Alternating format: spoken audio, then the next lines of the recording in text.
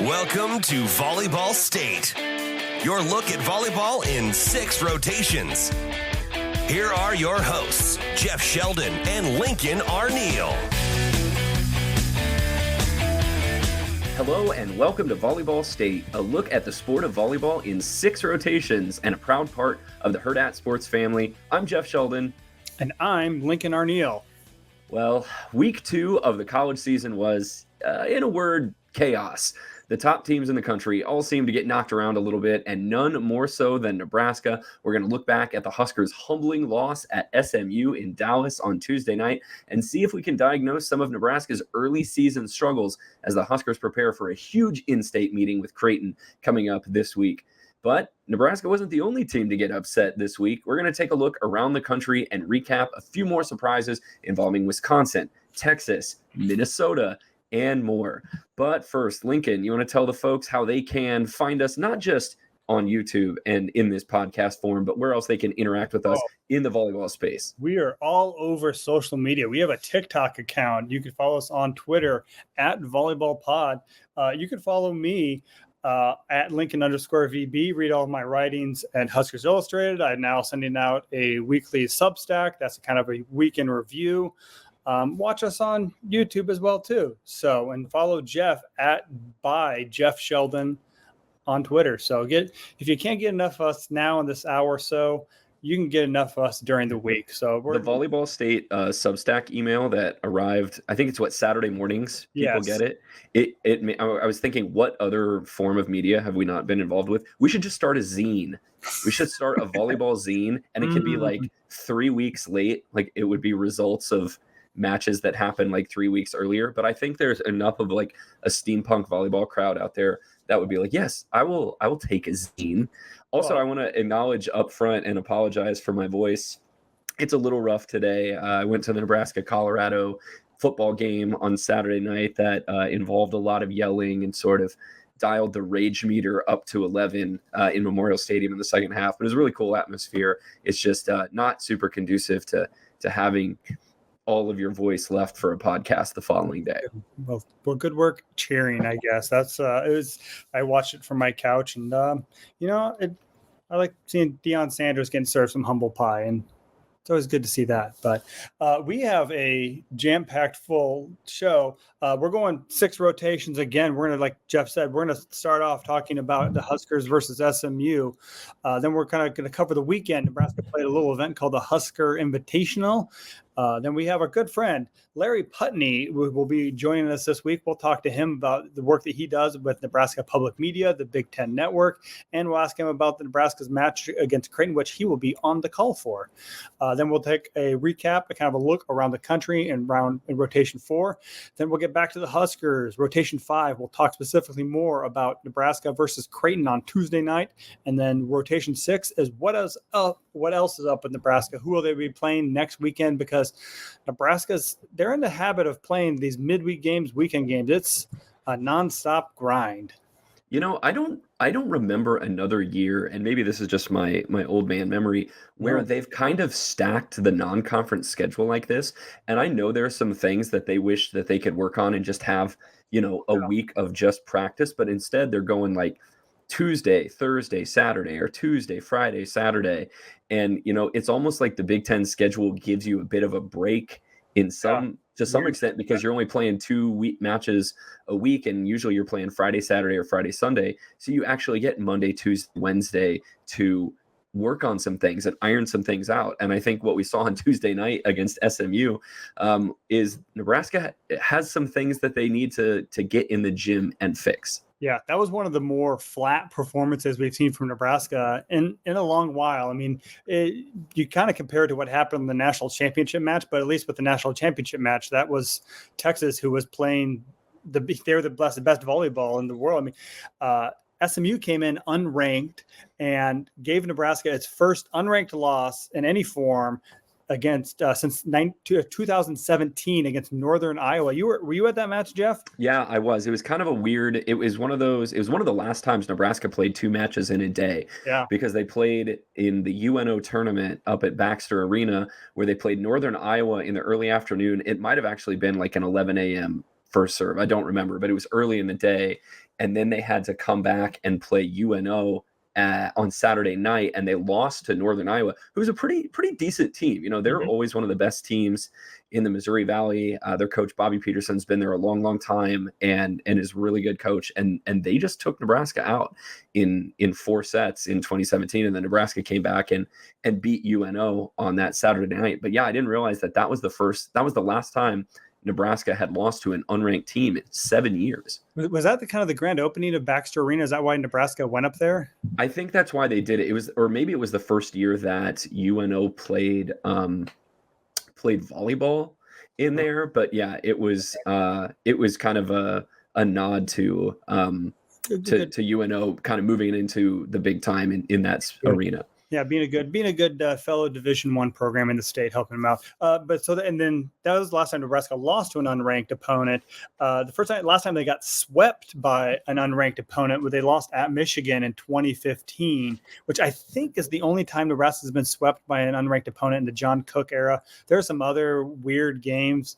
The one that I always think of, I covered, was they lost to Florida A&M back in 2004, which was just, again, this I think goes back to what the first point you made of Nebraska's weird schedule. Why are they playing all these weekday games? Because they don't play double matches anymore on Saturdays. And that was one of those other ones that was an early Saturday, early Friday match. And then they had to double up where they maybe aren't mentally ready. But again, no excuse for SMU. SMU, they looked like they were the more aggressive. They also had an arena that was just completely jam-packed, full of people ready to go nuts. And there was a large Husker contingent there too. But I think I did research. I think there were 6,700 people there for this match. Their previous high, I think, was 13. No, it was 1455. They played Texas, I think, back in 2000. They played 1,400 people. So to go from 1,400 people to 6,700, that's quite the uptick in fans. So I was good for SMU. Sold tickets for the first time, charged admission, and really created an atmosphere that Nebraska wilted underneath the lights. Yeah, I mean, to SMU's credit, they were the more aggressive team, and Nebraska just looked. I don't know if they looked tired. They certainly looked bad. Some of the same concerns that you saw pop up the week before in that TCU match also reared their head against SMU, which was Nebraska was outserved. SMU was the more aggressive serving team from the jump, from game one. They were hitting hard line drive serves. They had Nebraska on their heels. The Huskers were not getting in system. I thought Nebraska's offense looked kind of slow and predictable at times. It was not Bergen Riley's best match. But then when you put up a hittable ball, it's your pin's job to put them away. And Nebraska's got some questions right now on who they're going to roll with at the pin hitting spots. Merritt Beeson's struggles continued down in Dallas. Nebraska hit just 171 in the match against SMU. And what really jumped out to me was Nebraska was a really high error in the past week. 43 combined hitting errors over the TCU and SMU matches. And it's just when you're not in system, when you're not passing well, everyone sort of tenses up a little bit, and the other team's block can set up on you, and you just struggle to put balls away unless your pin hitters are really dominant and creative. And Nebraska's pins to this extent this season have not shown themselves to be that. No, and this goes back to what you said. I mean, John Cook, after that TCU match, John Cook used the term dumb hits, and Nebraska was just not making smart decisions. They were hitting straight into the block. They weren't hitting very effective tools off that block, and just tipping way too much to really make SMU defend as well too. So it was a sign of struggles to come. And I wonder if that's kind of gets back to the point of if they'd had a time to work on this, if they had this was just again part of a trend that we're seeing too. And I think Jeff, you caught this on the broadcast that they mentioned too. This was a very experienced SMU team. They brought in 8 transfers, I think, to their over the last couple seasons. Yeah. And those 8 people have started a combined 688 matches over their careers too, which is just experience you don't find very often. And I think it's kind of a sign of roster building in 2024 when you have the 5th-year seniors are the people who their freshman year was COVID. So they've had a very full career and really know how to handle maybe the challenge of going up against a team like Nebraska. Yeah, and I want to give credit to friend of the show, Emily Eamon, who the color broadcaster on the ACC network broadcast of this match. She was the one who actually brought it up and reinforced it on social media when we were having a little chat about it. It was actually the SMU starters who started that match, who had 688 career matches under their belt. And, you look at Nebraska, name a situation that Nebraska's not been in. So I don't want to hear the inexperience excuse if anyone tries to make it for Nebraska. But Nebraska, I think their starters had maybe combined for like 470 combined matches in their career too. So, this was an SMU team that was not playing with any fear. What was really impressive to me was, we talked about this last week, SMU spent the previous weekend playing in Hawaii. They played a 5-setter against Hawaii that they lost, and then they beat San Diego in either 4 or 5. And then they got on a plane and flew 10 hours back to Dallas and had to play Nebraska on a Tuesday night. So I was thinking, Nebraska is catching a little bit of a break where they've got SMU without maybe all their legs and all their juice. But it looked like Nebraska, who had maybe just gotten off a long plane, the turning point in this match came in game 1. Nebraska was up, I think, 21-16 in game 1 or 21-15. I think it was 21-16. It was a 5-point deficit. And then SMU went on a 6-0 run, took the lead, and ended up, winning game 1. And then Nebraska never really challenged for the rest of the match. It was shocking. Yeah, it turned very quickly too, because up to that point, you felt that Nebraska was really in control. They were playing with swagger. I think I said a tweet, they're hitting 400 or something around that. I mean, they were really playing maybe how we expected, but there was no signs. It was just kind of all of a sudden SMU. I think they got a little more aggressive with their serve, broke down Nebraska's passings, which then kind of in turn put Bergen Riley in a compromising spot, and then also put their hitters in a compromising spot too. So SMU, they like you said to begin, they were the aggressive team in the service line. I think that set the tone from the whole match. And the one point of comparison I was going to make too, I mean, when you think about Nebraska going into a hostile environment, playing against a good team, I always think back to the Penn State match last year where Nebraska lost those first 2 sets, but ended up winning in 5. And I saw just a different demeanor from this Nebraska team as opposed to that one. Last year's team, they just seemed cool. Like they came out after that second set and they're like, oh, Nebraska still has plenty in the tank. They figured out what they need to do. It's a matter of time. And are they going to be able to, did they dig themselves too deep of a hole? But they didn't of that one. This one, Nebraska just looked lost. They looked like they had no answers for anything SMU was doing. And like you said, once things changed in that first set, they never got back on track. Yeah, we can get into some of the numbers of this match that I think tell the story, but the big one to me is Nebraska had 1 serving ace and 11 service errors. SMU had 7 aces in this match. And I'm very quick to lecture people when they get into the aces and errors discussion, where aces and errors are not the full story of how effective a serving team you are. The object of a serve is to get the other team out of system. Nebraska was not doing that. Nebraska has not yet found the magic this year of serving aggressively but in. And sometimes it takes a little while to do that. But Nebraska, when they were keeping serves in against SMU, they weren't putting pressure on SMU. All they were doing was basically serving a free ball to allow SMU to start running their offense pretty easily without a lot of stress. And so you saw SMU's middles getting a lot of swings. Nebraska was not able to make SMU predictable, which is what a strong serving game does. And then at the net, SMU was every bit of Nebraska's equal. They actually outblocked Nebraska 10-9. This has kind of been one of the sneakier parts of the first couple of weeks of the season. Nebraska has not been a great blocking team. They got outblocked on Saturday against Montana State too. But if you look at some of the offensive numbers, Merritt Beeson, who struggles continued last week, had 9 kills to lead Nebraska against SMU, but she hit just 105.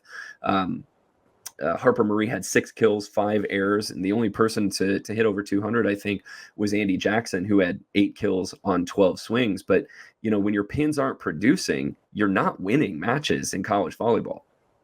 Yeah. Well, so I mean, we've talked about this a little bit too. I mean, the big question is, I mean, is this a sign of problems to come for Nebraska, or do you think that this is just kind of a Nebraska maybe overlooked this, or just kind of in the flow of things and really just had an off night and multiple people they couldn't bail them out? I mean, where do you kind of weigh on that dichotomy? Well, it's hard to predict the future, and I'll get into a reason for, I guess, encouragement here in a second. But there are things that Nebraska is still working on that I'm actually surprised that they still have to work on at this point when they brought back everyone. They returned their setter, even though she was a freshman last year, she played in every match. They're returning, your 3 starting pin hitters. And to hear, you listen to the post-match radio interviews with John Cook and Jalen Reyes at times, and they're like, yeah, we still need to find the connection between Bergen Riley and Merritt Beeson. It's like, you guys played 36 matches last year. Why are you still having to work on it? And I don't know if it's just, it's like muscle memory. You got to rep it and rep it and rep it until it becomes almost, telekinetic.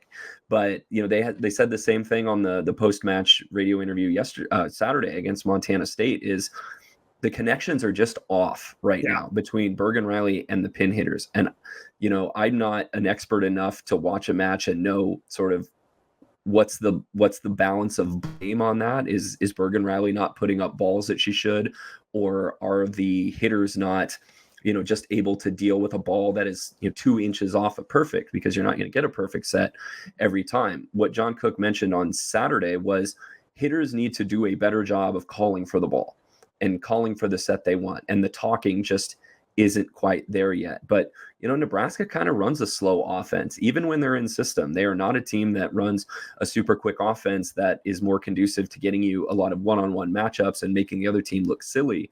And that's been a little bit of a, something I've wanted to see them do for a couple years, is just run a little bit faster, and you can get those offensive numbers up a little bit. But this is still a team just kind of chugging along offensively. Now, one thing though, I want to get to the thing that's a little bit encouraging. Nebraska is actually not too far off from where they were at this point a year ago offensively. Nebraska is hitting .295 through their first 5 matches. Last year in the non-conference, they hit .299. And they really didn't start clicking until the last half of their non-conference schedule, when they actually played better teams. So I'm going to run through this real quick.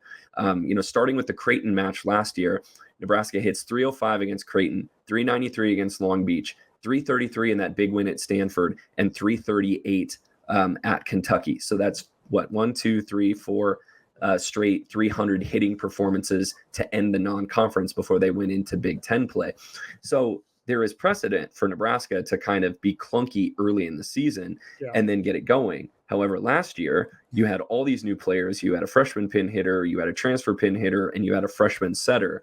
So maybe there was a little bit more it's more understandable for why they struggled at start last year. But now that, kind of the excuses are out the window. And one of the things you worry about coming into the year was the expectations for this team coming into the year could not have been higher. Maybe that puts a little bit of unfair pressure on this team. And, they're trying too hard to be perfect, or they're trying to live up to their plaudits. I don't know, but, they got to figure it out soon, because the second half of the non-conference schedule again this year is where all the tough teams are. Yeah. And also you think too, these teams that Nebraska's playing, they all have tape on Nebraska. They know what to expect from them. They know, like last year, they didn't know what kind of offense Bergen Riley was going to hit. I'm sure most of them didn't watch what kind of hitter Harper Murray was in high school or what her tendencies were. So I think there was a little bit of surprise factor with that too, that maybe now they know what Nebraska's system is. And it's weird too, when you think about what Nebraska talked about during the offseason too. They wanted to turn the offense more over to Bergen Riley, have her kind of run the show, take more ownership of it.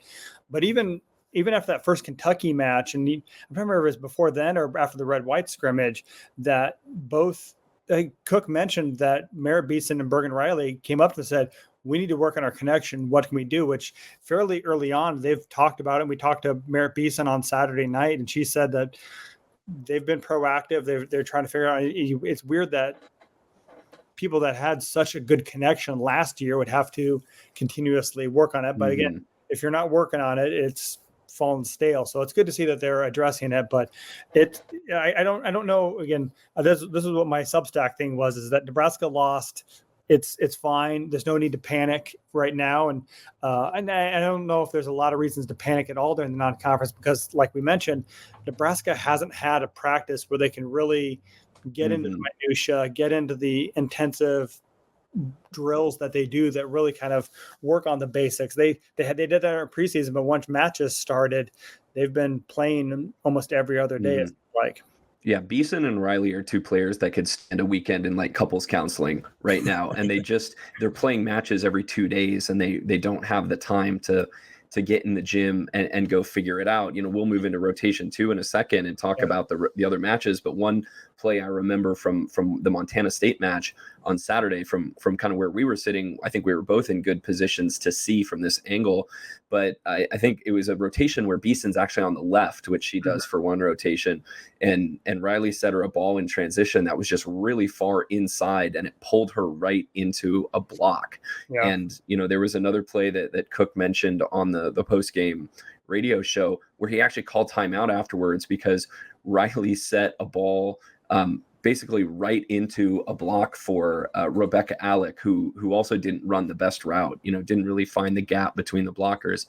And he called timeout basically just to say, why did you do that? You guys know better than that. You need to run a better route. You need to make a better set. Do it better next time. Yeah, that was in the second set, and Nebraska was up 18-8 at that point. So it wasn't like Nebraska was losing momentum or really danger. But it was, and the weird part, Montana State had a timeout. They come out of it. Nebraska runs that one play. Alec gets blocked. Timeout, John Cook. So, that was weird. Yeah. And the other thing you mentioned, too, that in the SMU match, Merritt Beeson was struggling so much in that one rotation where she is on the left pin that Cook actually inserted Lindsay Krause, who was Taylor Landfair was in at the other pin. So he inserted Lindsay Krause to kind of help bail Nebraska out of that rotation. But, it goes back to those Nebraska sometimes their hitters aren't getting put in the right position to win. But before we move on to rotation 2, just real quick, I have a question for you. It is pretty clear at this point that with all the DSs that they are subbing in this year, like Beeson's not playing back row. Yes. Hardly at all right now. And that takes away the D ball that she's able to hit or the kick she's able to hit out of the back row. But are they just trying to rest her for right now? Or what's the rationale from that? Because she's not playing all 6 rotations. No, they have Lainey Choboys coming in to play her. And there's one rotation where the back row is Olivia Mauk, Lexi Rodriguez, Lainey Choboy. So you're not hitting back row attack out of that at all. I think that they're just prioritizing defense out of it. And I don't know if they're saving Merritt's legs or just realize that they have all this good defensive players that they want to insert, and it's impacting Nebraska. And this is what we asked Merritt about this on Saturday. Is that affecting her leadership style? Because that was one of the great parts about having Merritt Beeson play all 6 rotation is she's the captain out there. She has the calming presence. She's the one who can really get everyone together and refocus them. But if she's not out there for half the time now, that really changes the team dynamics. So to me, I don't know. I don't know if it's a rest or John just wants his best 3 defenders out on the court as much as possible. And they realize what they have with Olivia Mauk and Lainey Choboy, and they want to utilize them. And they want Harper Murray as a better passer in the back row over Beeson. I think what you run into the danger though if teams are trading side outs and you're making all these subs is you could run out of subs. And it hasn't happened a ton over the years, but I've definitely seen it a few times. You're going to end up in one of these Big Ten matches if you keep doing this, where Olivia Mauk is going to end up in the front row for a rotation or something. That last set against Louisville, and it was against Oregon in Louisville in 2022. Was it Maisie Bosinger was playing middle blocker because she came in as a serving specialist for Becca Alec, and they ran out of subs, which is fine after she serves. But then the match continued, and oh no, she's in the front row, and Nebraska had. And you've got middles playing in the back row, and I remember distinctly one match. I think it was against Wisconsin a few years ago, where Kenzie Maloney ended up in the front row, and she had been a high school outside hitter, so it wasn't the worst thing in the world. Yeah. But it was a 5-1 rotation where I think it was like Kelly Hunter, Lauren Stivrins, and Kenzie Maloney ended up being your front row, which is not an ideal way to try to close a set. And I think miraculously Nebraska ended up winning that set anyway, thanks to Hunter and Stivrins. But it was not the ideal rotation for you to find yourself in. Sometimes it works out like that one, or when Kenzie Knuckles blocked Stephanie Samity to win a set point in the front row. Like I still remember that was one of the Kenzie Knuckles and Kenzie Maloney are also freak athletes, so they're not normal defensive specialists. So, all right, we've hammered it enough. Let's move on to rotation 2. After that loss against SMU, Nebraska gets back on the right side of the ledger. Not that much of a surprise. They played 2 very overmatched teams. As much as the Citadel was a darling last year, they played a different level. Nebraska won 14-16-16 against the Citadel on Thursday night. Then on Saturday, 19-15-10. The Montana State really kind of they did push Nebraska a little bit in that first set, but it never felt like, oh no, this could get extended. So Nebraska did what they were supposed to do. Hopefully, I got a get right game and built the confidence that maybe Tuesday night took out them a little bit. Yeah, the only point I would say on the weekend where Nebraska was challenged there was that game 1 against Montana State, where Montana State was actually hitting about 300 through most of that set, and then I think Nebraska ended on like a 4-1 or 5-1 run because it was tight there. But then after that, Nebraska asserted their dominance. You look at the Citadel, the Layla Blackwell and Taylor Landfair both got into both of these matches, came in game 3 of both matches and both looked good in short action. What a luxury it is to be able to bring them off the bench almost in like a relief pitcher role. Against the Citadel, Blackwell had 7 kills in game 3 and 4 blocks. Taylor Landfair had 6 kills in game 3. Maybe Blackwell came 2 and 3. They both played 2 and 3. Okay. Yeah. And then Harper Murray had 9 kills. The serving still a little bit of a concern against the Citadel. They missed 11 serves. I don't know how you fix serving except for practice it a lot, and I know they do. Yeah. So I don't know if it's just one of those things that's not translating to matches like it translates in practice. I've heard, how many times do you hear John Cook after a tough win or a loss say, well, we had a great serve and pass, so not sure what exactly happened, but Nebraska rolls over the Citadel on Thursday and then beats Montana State on Saturday. Yeah, and like you said, they struggled that first set. Nebraska's longest run of points, they had 2 different 3-0 runs, which against Montana State, you expect them to string a little bit more against an overmatched opponent like that, but they had trouble kind of adapting to what Montana State was doing on offense. They were a little bit shorter team, ran some quick stuff, and really struggled. But again, put it together. I thought for all Merritt Beeson struggled, she looked pretty good the last 2 sets. She didn't have a kill the first set, but got going, had 4 kills in each of the last 2 sets. There was 1 or 2 blocks where just, again, like I think the one you said where she got set poorly, but when she had more opportunities, she was swinging with confidence and putting the ball away. She actually had 8 kills on that match too. And again, I think we say this, I don't know if we just copy and paste this from match to match. Andy Jackson was a machine. She had 7 kills on 9 errors, no attack. I think she's in the top 10 nationally. Switch that real quick. 7 kills, no errors on that would be 9 attacks. Yeah, that'd be a bad night. Yeah, 7 kills, 0 errors, 9 attacks. She's in the top 10 nationally for hitting percentage, so doing what she does. And I think Harper Murray also had. It's weird that she has these quiet games where it's like, oh goodness, she has 11 kills and hit for 400. But I think I'm less worried about her given everything else that's going around her than she's one person who's really delivered and kind of stepped up when called upon. Yeah, Nebraska finishes the Montana State match hitting 400 exactly as a team. I think there's a little bit of fool's gold in there. My impression from being there and watching the matches, some balls went down against Montana State that I think don't go down against some higher level competition. They'd get a good block touch, and then for some reason, no one can dig the ball. So, I watch that and it's like, well, that's a kill on the score sheet, but you would like to see that done a little bit cleaner. In actuality, one thing, and I feel like I say this every year, I watch Nebraska and sometimes they turn into Leroy Jenkins from the pin hitting positions where they just hammer balls into the block thinking that they're going to get through. And then you watch, whether it's Montana State, and I would say keep an eye on Creighton on Tuesday night because their attackers are very smart. Nebraska is just not super skilled right now at tooling the block. They don't fire off edges. They don't hit high hands a ton. They don't recycle points if the set is a little off, so tip it into the block.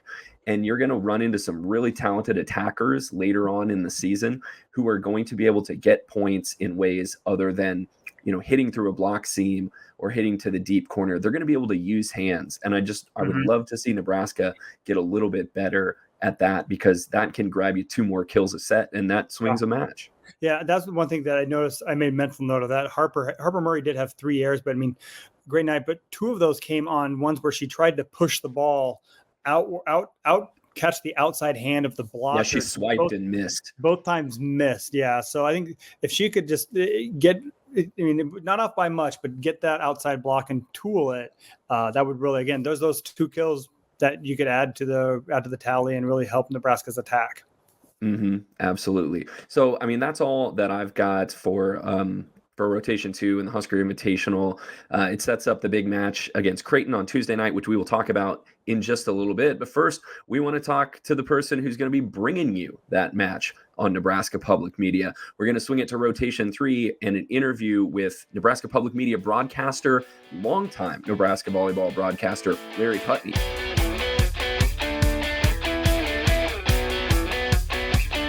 And now we move to rotation 3. We are joined by Larry Punteney, a play-by-play guy for Nebraska Public Media, but he will be on BTN as he calls the Creighton-Nebraska match Tuesday night. Welcome, Larry. Glad you could join us in advance of, I don't know if it's one of the more anticipated events of the early season, but I know everyone in Nebraska is looking forward to it. So welcome and join. Thanks for joining us. Yeah, thanks very much, Lincoln. Rotation 3. So if I'm the center, I've just moved into the front row now. So yep, I'm clearly not. Row. I can't hit out of the back row. I'm not 6 foot. So. Well, we were expecting you to be our big outside hitter that can hit front row and back row. So. Yeah, you're looking at the wrong guy if you want me to hit from the pin.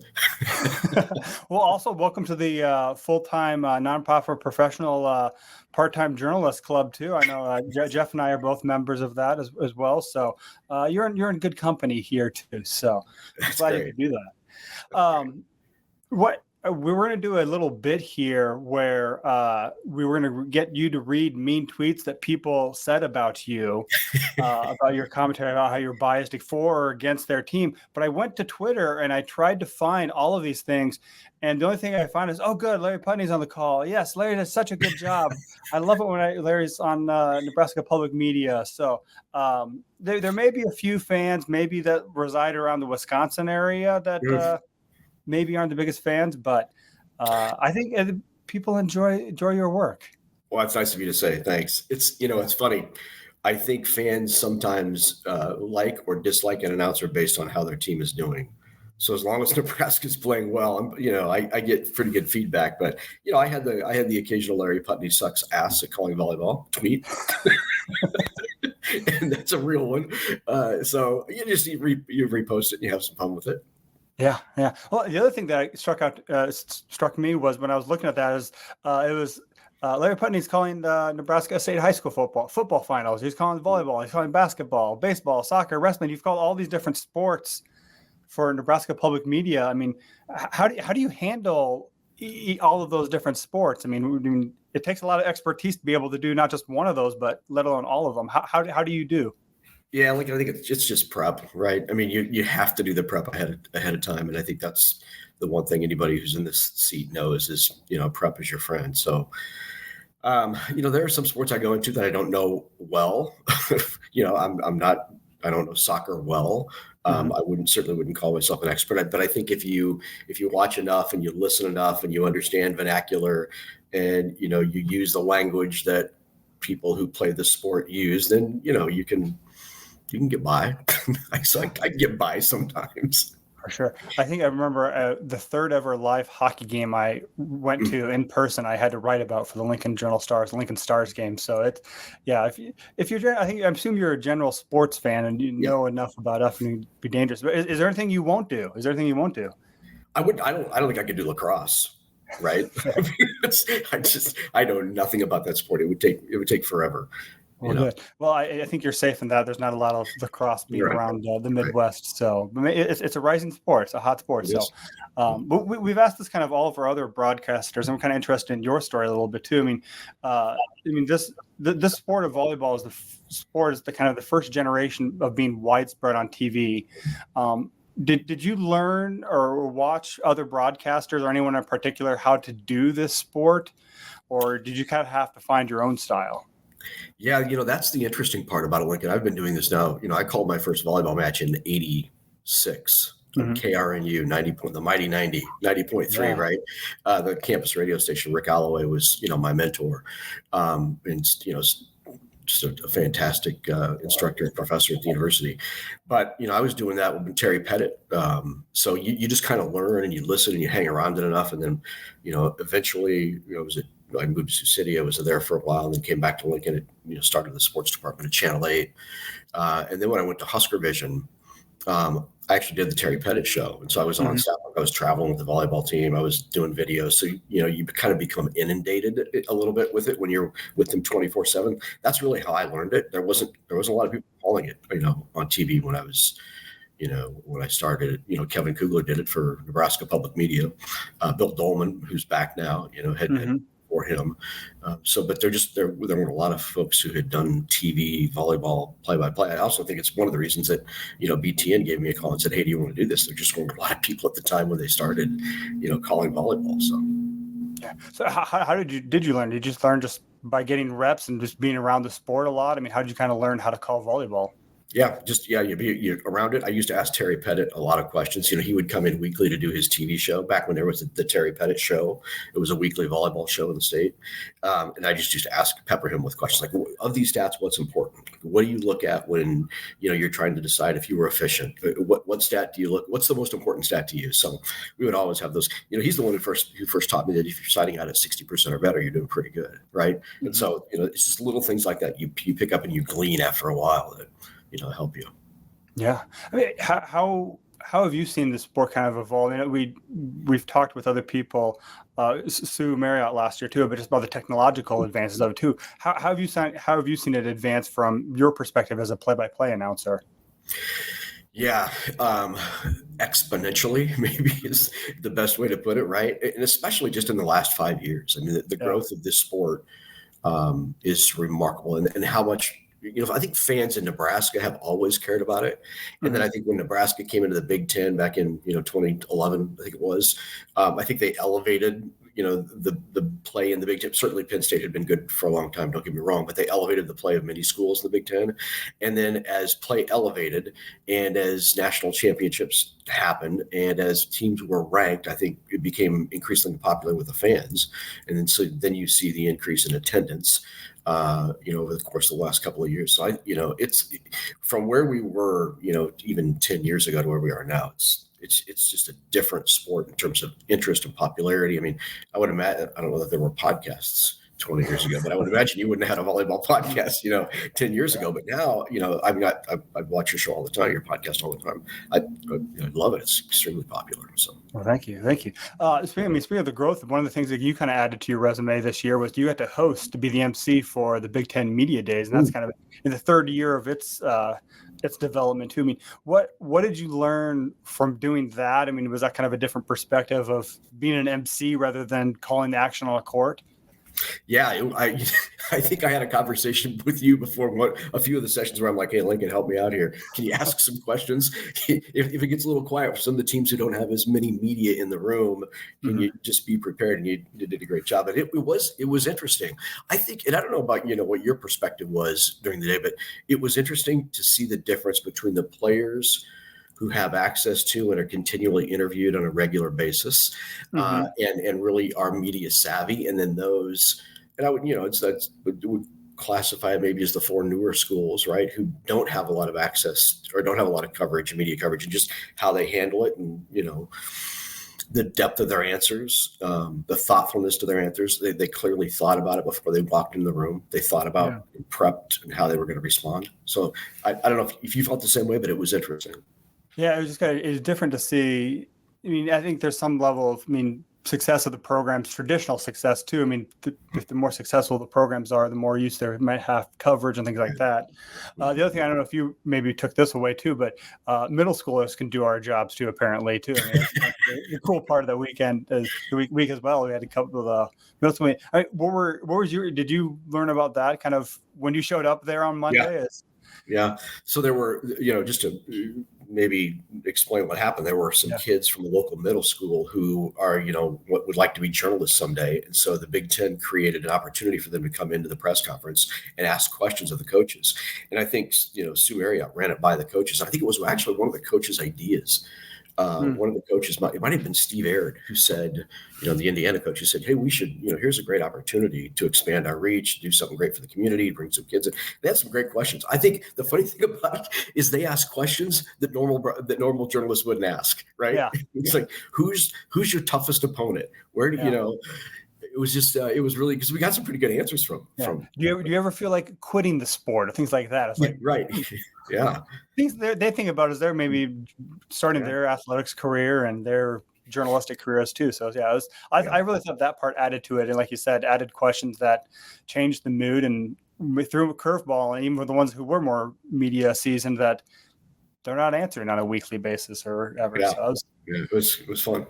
Yeah. How much, now that we're kind of in the season started, how much volleyball, you mentioned kind of the prep work you're doing, how much volleyball are you watching on a weekly basis to kind of just prepare for the matches you have this week and down the road? Yeah, I'm probably watching 5 or 6 matches a week. I record everything. You set your YouTube to record all volleyball. So if you go in there 6 or 7 matches, you're like, I wanted to see this one. So you go back and review it. But I'm probably watching 5 or 6. You just want to get a general feel of where things are across the country, so you're not so isolated into just what's happening in Lincoln or even the Big Ten, right? You want to have a broader perspective of, okay, who are the great outsides, who are the great, setters, who's really playing well, who's trending, who's struggling. So I watch, 5 or 6, and then obviously the prep that you do in leading up to matches. It's, once you get into the season, it's probably 4 to 8 hours of prep per match, right? Somewhere in there, depending on if you've had the team before or if you haven't. For sure. Well, one team you've had a lot know quite well is Nebraska. And Nebraska had a hiccup last week against SMU, which we've talked about already. That was rotation 1, was breaking down at SMU. So, what was your takeaway from that match and what you kind of saw Nebraska maybe wasn't working well there? It's communication. I think they're still struggling with communication, right? And there are some new pieces that they're trying to add in, and it seems strange to say that with a team that's as experienced and senior driven as this, but and then they got into the situation they did with Texas. It was the same thing, right? All of a sudden those serves are just peppering lines and they're painting corners, and and then you lose a little bit of confidence, and now you question yourself. And I think it just felt like Texas all over again, right? Where they just really struggled in the back row to pass, and then they got out of you're out of system, you're not taking good swings, you're not running the middles. The middles were almost non-existent for the first couple of games. Yeah. So you can't get in system. You can't run your middles. It doesn't open up your pins, and you're taking everything out of system. It's not going to be a good night. I really thought, Lincoln, I don't know how you felt about it. I was just waiting for them to, turn it on. Like I thought, even after when they were down, 0-2, I thought, all right, here's the third. They're going to win the third convincingly. They'll come back and win or take it to a fifth. It's going to be, but they never got it back. Yeah. I made this comparison earlier is that, I compared it to the Penn State, where Penn State, I did sense that. I did feel like last year when they were 1-5 in Happy Valley that you could tell their confidence, their swagger was there, but I never saw that at SMU. And it just seemed like that comeback that you thought might happen wasn't going to happen tonight. And SMU rode that wave. It is obviously this early in the season. This is a very, very early loss that they can learn from too. Do you think that's just a growing pain right now, and the team's kind of gelling together because they did add some pieces late in the process, or is it just a sign of problems and cracks down the road? I think they get it figured out, right? If there's one thing John Cook does, he makes adjustments in season. He finds the right, step, right, whatever it is that he finds the right thing to fix it and get it back on track. But yeah, and even talking to some of the players, there's some communication challenges going on right now that I think they'll get it figured out. And does anybody think Wisconsin's not going to be there at the end? And they're 1-3 at one point. Does anybody think they're not going to be there at the end? Everybody does, right? So they'll get it figured out. Yeah. Well, and on the other side of the net, Creighton comes in, one of the better teams that they've had. Well, what impresses you about what Creighton's done this year and kind of what they've put together? I don't know anyone who doesn't say they are just a huge fan of Kirsten Bernthal Booth, right? Everybody just thinks she's a dynamite. She's turned that program around. Even if you go back to 22 years ago in her first year, She had the same talent and won, and she was +9 in wins her first year there. Mm-hmm. So she clearly can coach. I think there's a culture about Creighton that is really impressive. There's this, this mentality of we're developing young women. I think all coaches and all programs are like that, but it's especially true at Creighton. I mean, how many programs would allow you to have a nursing degree and go do your clinicals during the season, right? I mean, they have 3 nursing majors who are out doing clinicals plus practicing volleyball plus, I mean, it's tough, but they're committed to developing those. That's always what's maybe impressed me the most is I'm such a huge fan of that program, and to see them doing so well this year. I mean, USC is going to be a decent team, Tuaninga, their setter, is dynamite, right? I mean, USC is going to be good, and they took down USC 3-1. So I think this is going to be a fantastic match. Oh yeah. I mean, and I think it's a sign too of what Creighton's done. That, I mean, in previous years, this would be a game that you would call for Nebraska public media. And I mean, that's a great event for the state too. But the fact that this is being elevated to BTN shows there's national interest. And also both teams are of stature where people should pay attention to. I mean, is that a good sign of what the state of Nebraska has been doing for volleyball on the national perspective? Well, I don't think there's any question, right? I mean, they have elevated themselves to be. And I was reading the notes the other day. They call themselves a perennial power, and I thought, like, they are. Yeah. Like they're a perennial power in college volleyball now. And so, yes, have they elevated it? Absolutely. Have they elevated the play of volleyball across the state? I mean, look what Omaha did last year, right? I mean, and look at what our smaller D2 schools are doing, or, the FCS schools, right? FBS schools, look like Wayne State and Kearney. And we just have so much talent in this state. And then you look at who has gone outside of the state from a prep perspective to play in other programs. We just saw Montana State, in Lincoln. They have, 2 former Nebraska preps starting for them. So, what Creighton and Nebraska have done in terms of volleyball in the state and elevated is, it's remarkable. And I'm sure you've probably had an additional unique perspective on this too, calling the state championship volleyball. I mean, you see a lot of people from Class A to the smaller schools who you might even call Diller Odell at one point too. I mean, hey, what have you seen from the growth in the high school level? Are you saying that, when did you first kind of notice, like, oh, hey, there's some serious players at these lower level classes that could go play college? And I mean, no disrespect to the other sports in the state when I say this, okay? But when I recognized it was when we were calling D2 and D1 games, and the level of play was outstanding, right? Yeah. But that's what I realized, right? When you see the level of play at D1 and D2 levels, and then you watch, maybe like a women's basketball state championship, it's a different level of play, right? That's when I was like, wow, this, we really do have quality. And then all of the players that you don't even see at state, right? Yeah. Like, there are some players that you just don't see down there who are just, who are getting recruited into D1 programs all over the country. You're right. Yeah. I mean, getting back to kind of the game on Tuesday night too. I mean, what would a win on Tuesday mean for the Creighton program? I mean, outside of a win in the Elite Eight or making the Final Four, does a win over Nebraska legitimize Creighton in a way that perhaps no other victory could do? So I think Kirsten would tell you that her program does not, the success of her program does not ride on whether they beat Nebraska or not, right? But she would also say it's extremely important. And I think they recognize, and that's the one thing that I really like about Kirsten and her approach to it is like, this is an important game, right?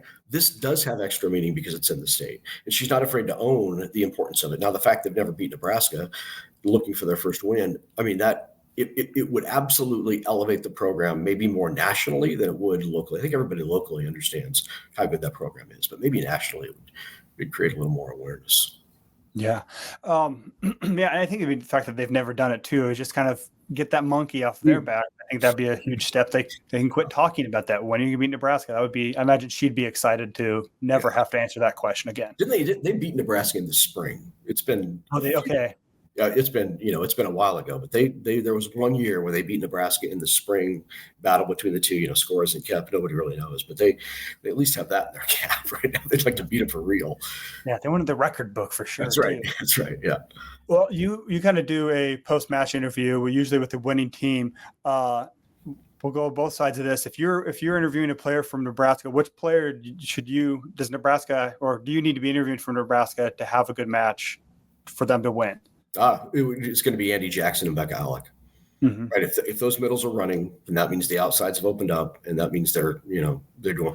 And that, I don't know. Have you seen a year where the middles have played this well this early? I mean, as a group, I think if you take a look at Layla and and Rebecca and Andy, they're combined probably hitting over 550. I mean, it's amazing how well they're playing. Yeah. So if they can continue that, and we can be in system, they can get we can get passing, then I think Nebraska wins. For sure. Well, good. Conversely, for Creighton, yes. I mean, I think the pins are going to be big for Creighton, right? I think Norris needs to have a big night. She didn't play last year, right? In that match, she had that abdominal strain that kind of hung with her the entire season. It was a real struggle. So, I think if they can get their pins going, yeah, and that's what their kind of calling card is, Norris and Ava Martin on the pins too. So and then at least Goettinger has added kind of a new dimension to their side, and she's hitting 358. Some experience too, yeah. Yeah, I mean, yes, and you bring that experience, and I mean she's hitting 358 on the year. I mean, that's impressive, and I think 3 kills per set. And Jaya Johnson, who's coming off a redshirt year, right? She's playing the right side now, really a middle, but I think she trains, she being Pearson trains those middles on the right side. Also, they always train both. So, Jaya from the right hitting, over 300 currently on the year. And that's, those pins are impressive.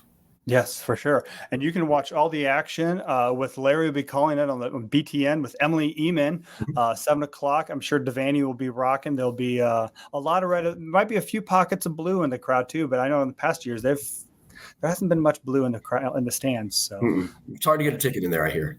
Oh yes, very difficult. So you might take a loan or figure out a financial payment way to get into the Devaney. Exactly. So, well, thank you very much for joining us, Larry, and good luck on your call on Tuesday night. Appreciate it. Thanks, Lincoln.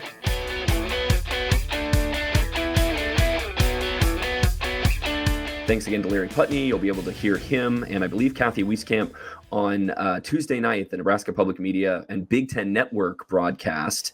Actually, it's going to be on Big Ten Network on Tuesday, Nebraska against Creighton.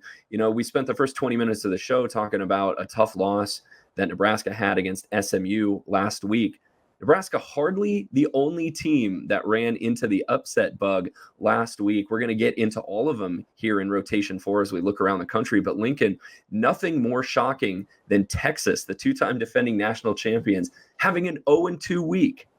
Yeah, I know it's weird too because you think about they won on Sunday. They beat Wisconsin. That seems like ages ago. Now they lost to Minnesota, who's ranked number 18.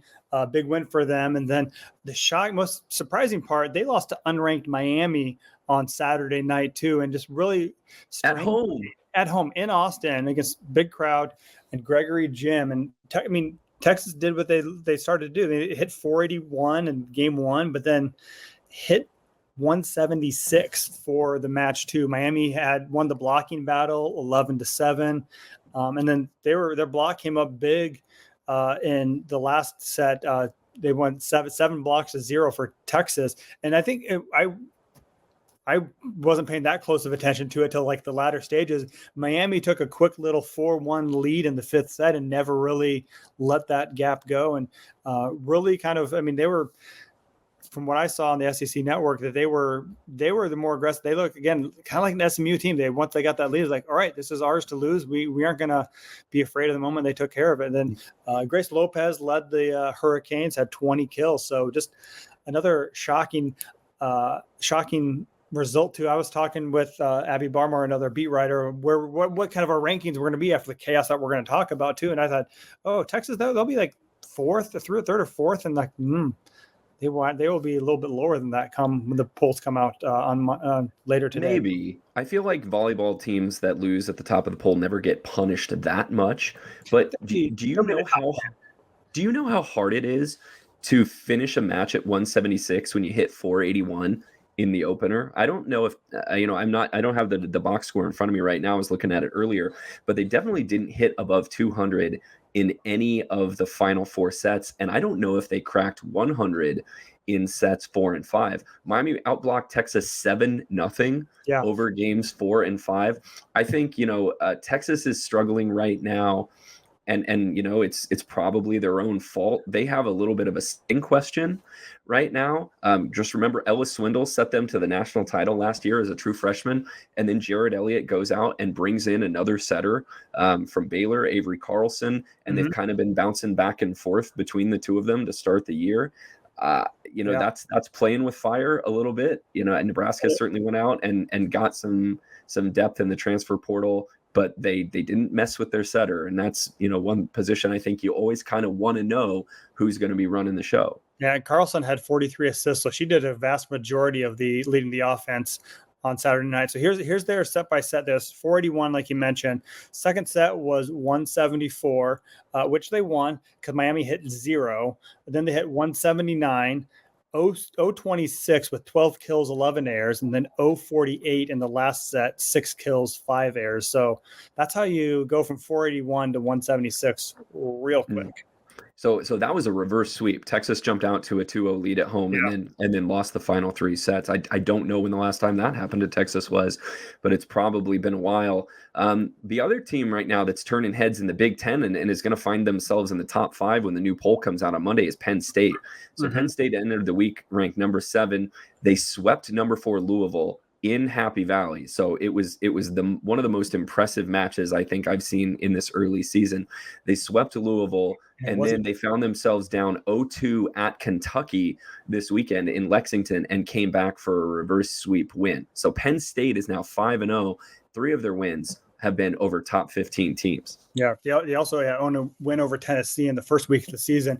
And maybe Nebraska fans are paying a little more close attention to them because they have a couple former Huskers on them.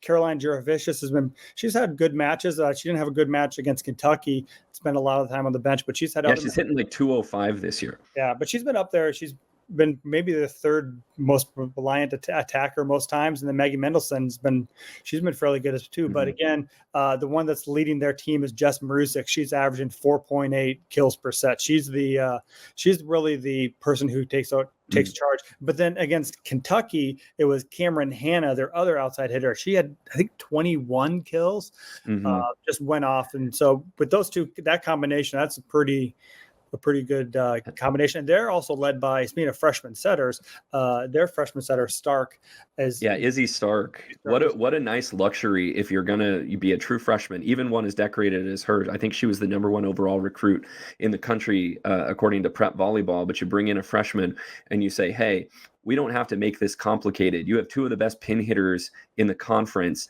Just feed Jess Marusik and Cameron Hanna. Penn State right now is very, very pin heavy, and we'll see if that comes back to bite them as the season goes along. But right now, Marusik and Hanna are delivering, and it's making life pretty easy for a true freshman setter to come in and run the show for Penn State. The other team that I think will be up there in the rankings, currently number 5, Stanford. Stanford apparently just spent a week in Milwaukee and won 4 matches. I mean, they started last week. They played UW Milwaukee, won that easily. Beat number 6 beat number 6 Wisconsin on Monday, and then this week also on Wednesday, I think they beat number 24 Marquette. So they also played Minnesota last week on last Sunday, and so they beat Milwaukee, Minnesota, Wisconsin, and Marquette all in about 7 days. And the great wondrous city of Milwaukee. What do you do in a week in Milwaukee? You win 4 volleyball matches. That's what you do. The reason they can do that is because Stanford's on some weird quarter system where like their school year doesn't start until October or something. I'm only slightly exaggerating. I have no idea when kids who go to Stanford go to school. And I mean this seriously. Like it's one of the best schools in the country. It seems like they're never in school. I don't know if they're academic calendar year starts in October and runs through like July, but Nebraska started school in late August and Stanford starts maybe a month later. I don't understand how that works. Maybe that's all the California schools, but that's why Stanford can spend a week tootling around the Midwest early in the volleyball season. one of the good surprises, I mean, we kind of knew that Ella Rubin was going to be one of the main hitters and one of the main focal points of their offense too. But they have a redshirt freshman, Ipar Kurt. She's averaging more than 3 kills per set, and she had some big matches against those rated teams as well too. So you kind of wondered how they were going to replace all the firepower that they lost. Redshirt freshman Ipar Kurt has really kind of stepped up and filled that void. So I expect to see Stanford, and they could be 1, they could be 2, I think, and when the ratings come out on Monday.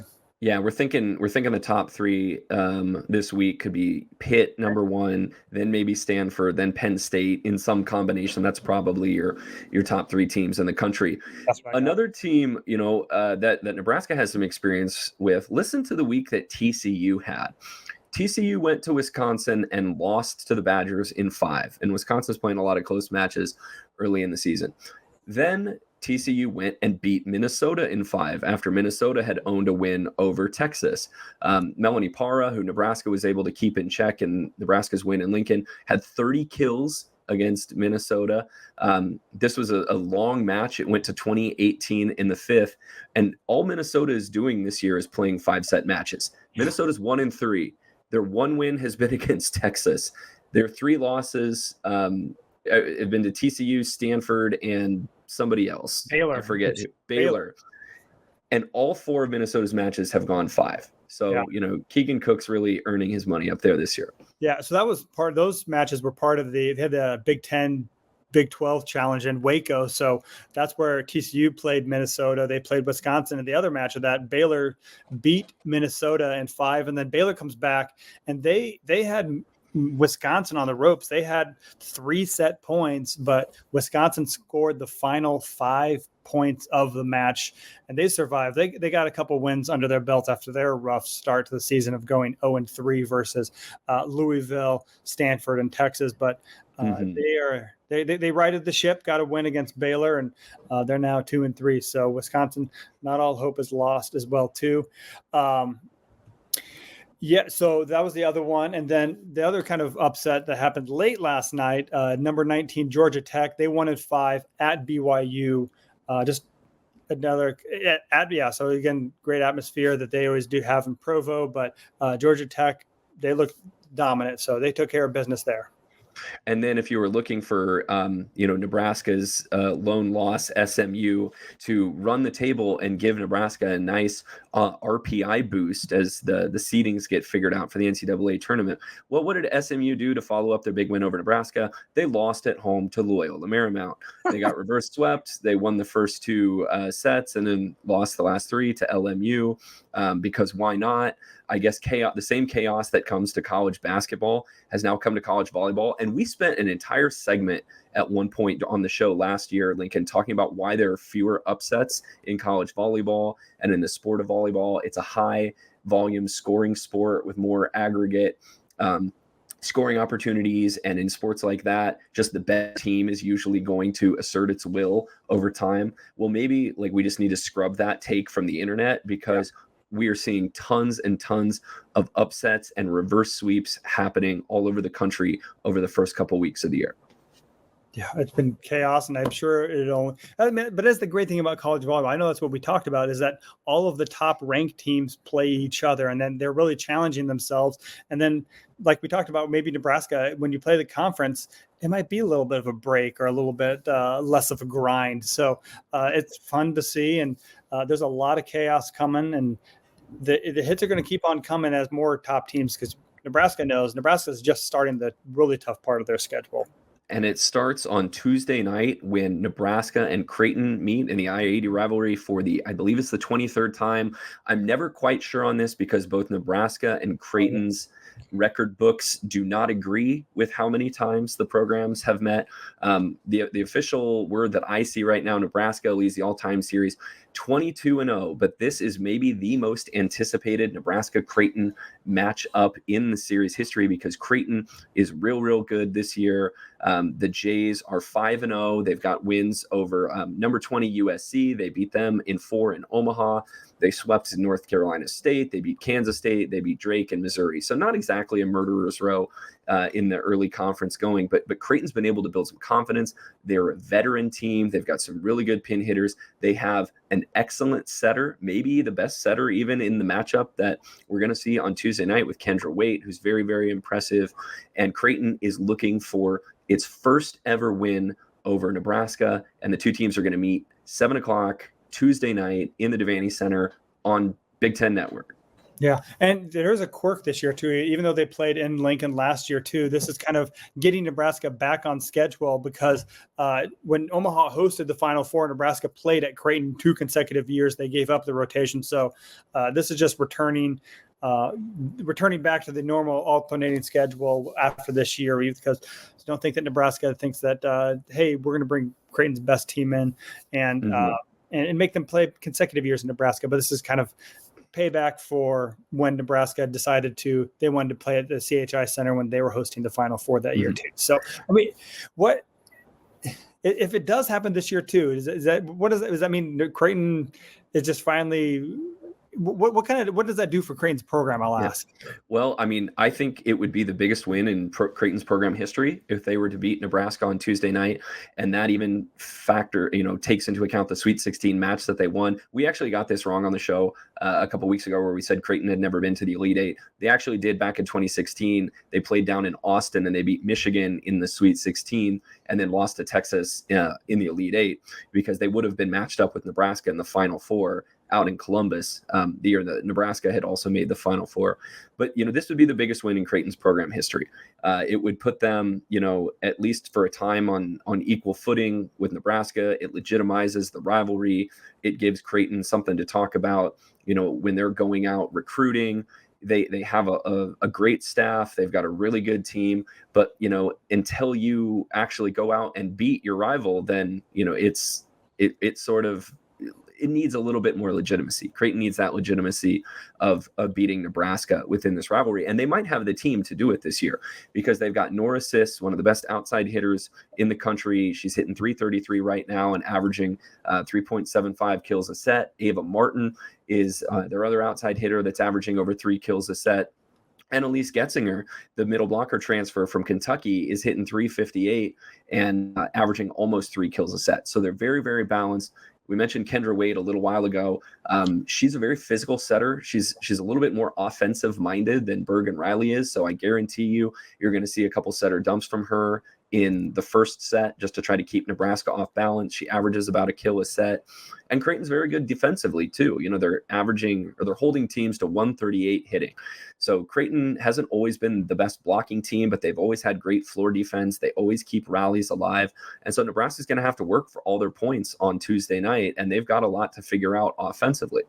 Yeah, and I forget what match. Kendra Waite has had a triple double this year as well too. So she's really is a threat no matter where she is in the court. She takes care of business. And I mean, even last year, John Cook gave her flowers and said that she may have been the best setter on the court too, or she's an All-American setter. So she really knows what she's doing out there and runs a great offense too, and just has great chemistry with Nora Sis too. And that's the other exciting part too, is the one thing that Nebraska fans were robbed of last year is Nora Sis didn't play last year because she was dealing with an abdominal injury. So she's fully healthy. We'll get to see a full strength Creighton team too, which I think is better for the rivalry too. You don't like to see teams kind of not play at full strength. So she's back and really kind of I think we'll add to the atmosphere of that. So we talked about this. This could be the best program defining win for Creighton. I'll flip that. Is if Nebraska loses, based on what happened last year, does that really? I mean, is it time yet to push the panic button, or is this a quality loss that you can still take in stride? Yeah. Well, Creighton is probably going to be a top 10 team or very close to it when the rankings come out on Monday. And so I don't think it's the end of the world for Nebraska. I think that, it might be, I'm not going to say a loss is a blessing, but I don't think a loss to Creighton on Tuesday is going to tell Nebraska anything that they don't already know. I think it's going to give John Cook, some teachable moments. Maybe, Cook's hoping that he gets some teachable moments without having to pay the price of a loss to them. But, Creighton is a Big Ten level team. If you put Creighton in the Big Ten this year, they're going to fight every night. And I don't know what the best comp to be because for them would be this year, because I haven't seen a ton of other Big Ten teams outside of like Minnesota, Wisconsin, and Penn State. But, Creighton would hang with any of those teams. And to me, it makes me think about that 2018 match, which is the closest that Creighton has come to beating Nebraska since the series has been renewed. Creighton actually took the first 2 sets up at CHI Health Arena before Nebraska came back and reverse swept on their own. It was J. Lou Winters and Creighton's Olympian, Taryn Cloth, who's now an Olympic beach player, that led the charge for Creighton that night. And then Capri Davis had her best match in her Nebraska career before she transferred. It was Michaela Fecke with 25 kills, Capri Davis with 18, and Nebraska came all the way back at CHI Health Arena. And that was the match, as I was sitting there courtside watching, that I thought I was witnessing the first Creighton win in the series. I think I believe I was in the stands for that. My sister worked for CHI, so she got tickets to that game, and I got to go to watch that one in the stands. So yeah, I remember that one quite well too. And I don't know, you mentioned like what Creighton would be like in the Big Ten. I think of them as like a Purdue. I mean, they had a lot of athleticism, a very disciplined system, of well-established, well-respected coach. Maybe just because, again, they're still trying to find that breakthrough win in the postseason or regular season to really kind of stake their claim as an elite program in the country too. So I don't know, stylistically there's some differences, but just in my mind, when I think of what Creighton can do in the Big Ten, I think they can be very comparable to what Purdue does. Kiefer, in my mind, for the match on Tuesday, does Nebraska finally have a really good serving match? Because if you let Kendra Waite just be in system all night, she's going to slice and dice you. And Creighton's got the offensive talent to do it. So Nebraska really needs to bring their serving chops. They need to be really disciplined on the block, or else Norris and Ava Martin are gonna tool the heck out of you. And so let's see what Nebraska can bring from the service line on Tuesday night, 7:00. Lincoln's going to be there. The match will be live on Big Ten Network, and we'll talk about it more next week. Yes. All right. So speaking of next week, we got a couple more matches. Nebraska's not done. The grind continues. They play 2 more matches over the weekend. They will play number 16 Arizona State and Wichita State as well too. Just continue. I don't know.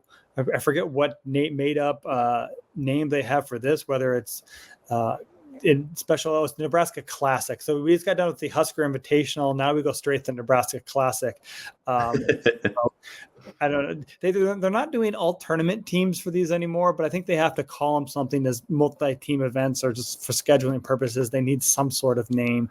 Yeah, I'm surprised they couldn't get a sponsor for this, since like everything else is sponsored. It's the Nebraska Invitational and the Husker Classic and Classic or the something. Little Red Invite. Yeah. But yeah, Arizona State, who Nebraska is going to play first after the Creighton match this week, is 7-0. And Arizona State really turned heads last year. They went 28-7 under then first-year head coach J.J. Van Neel. They're 7-0 this year. They just got done sweeping St. John's on Sunday afternoon.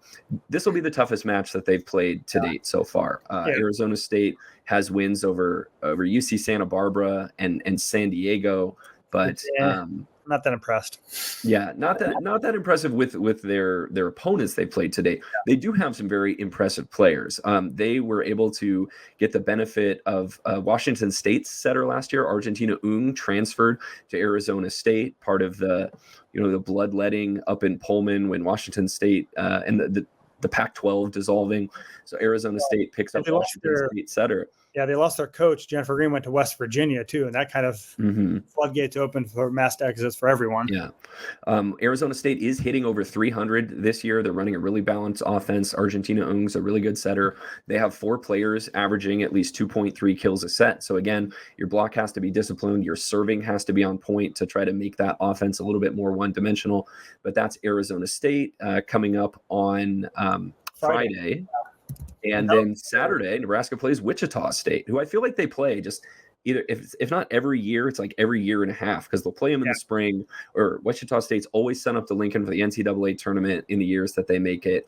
And so it's a familiar team. And Chris Lamb has just been around forever as Wichita State's coach. I like that guy. Long time. Yeah, he's a good guy. We've seen him around. He's been around leading that program for a long time too. But they started the year they're 3-4. So they're 3-3, 4. Yeah, they're 3-4. Our notes say 3-4, so I'm going to trust your research. Yeah, I think they haven't updated their other website too. So, but they've played their wins over. They played Kennesaw State twice, got 2 wins there, and then also beat Little Rock. But every school that you think of as a good volleyball school, they've lost to. They've played Kansas State, they've played Indiana, they've played Kansas and Arkansas, and lost all of those matches. They took. They haven't won a set against any of those 4 teams. So, they went 5 sets with Indiana. So, but they were swept by the other one. So, they'll be again maybe a different competition level than the Nebraska scene. They'll be better. They're not as good as the TCU, SMU types, but they'll be better than what Nebraska saw this past weekend. Nebraska may be glad to do that on the back end of a back-to-back. So they do. There are a couple of native Nebraskans on the roster. They got Katie Galligan from Elkhorn South, and then Haley Wolf is a middle blocker from Elkhorn High. So another couple, nice little homecoming for native Nebraskans, getting to play in front of a packed crowd at Devaney. But the attention this week, I think, will be spent a lot on this weekend will be on Arizona State on Friday night. And so that's another 3-match week for Nebraska. We will have a wrap-up of that, recap of the Creighton match on Tuesday, plus a look around the country, all coming up next week on next week's show. We love being able to talk volleyball with y'all each and every week. Thanks so much to Hurrdat Sports for giving us a platform and a community where we can continue to talk about volleyball. If you want to be part of that, if your business wants to be part of that and really help kind of lift the show to another level, you can become a sponsor, a partner of Volleyball State. If you're interested in getting your business in front of our audience, our growing audience who loves volleyball and loves women's sports, you can contact Brianna at hurrdat.com, or you can email us at volleyballstate@gmail.com, and we will make the right connections there. Also, it would be a huge help to us if you subscribe to this podcast. If you're a new listener, please subscribe, give us a 5-star review, and check us out on YouTube and subscribe there at the Hurrdat Sports YouTube channel. That's where you can see our smiling faces and the side eyes we give each other during each and every show. Yeah, and feel free to buy our merch too. Hurrdatsports.com/shop. I'm still waiting for my to run into a fan wearing some Volleyball State gear at Nebraska volleyball match. Did you see when you were there on Saturday, Jeff? I did not. I was wearing my bald set spike shirt under my quarter zip that I was wearing to the match. But I know there's a Justice for Libero shirt floating out there somewhere that I'm gonna run into at the grocery store, and I don't know who's gonna have their mouth drop more. Actually, it's probably gonna be me, because the person who's wearing it is not gonna recognize me outside the context of the show. But yeah, you can get Volleyball State merch at hurrdatsports.com/shop. Plus, you can continue the conversation on social media too. Yes, follow at Volleyball Pod, at by Jeff Sheldon, or at Lincoln_VB on Twitter. If you want to follow me on Threads, Lincoln_VB. So thanks to Kahm Broham for producing today's show. Thanks to Hurrdat Sports. Follow us on social media and YouTube. And thank you for living in the Volleyball State.